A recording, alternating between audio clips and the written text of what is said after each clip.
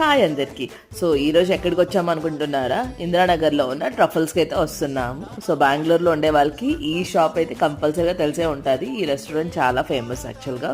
So ఇక్కడైతే నార్మల్గా అయితే ఎప్పటి నుంచో అనుకుంటుండే వాళ్ళం వద్దామని, కానీ సరే ఏదైనా మంచి ఒకేషన్ అప్పుడు వద్దామని చెప్పి ఇంక ఈరోజు అయితే న్యూ ఇయర్ కదా, సో అలా ఒకసారి లంచ్కి అలా బయటకు వెళ్ళినట్టు ఉంటుంది, లైట్గా కూడా తిన్నట్టు ఉంటుంది అని చెప్పి రెస్టారెంట్కి అయితే వచ్చాము. ఇది రెస్టారెంట్ కాదు, ఇది ఒక కెఫే టైపు చెప్పాలంటే.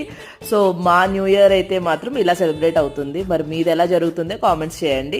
అలానే అందరికీ wishing you very happy new year అండి.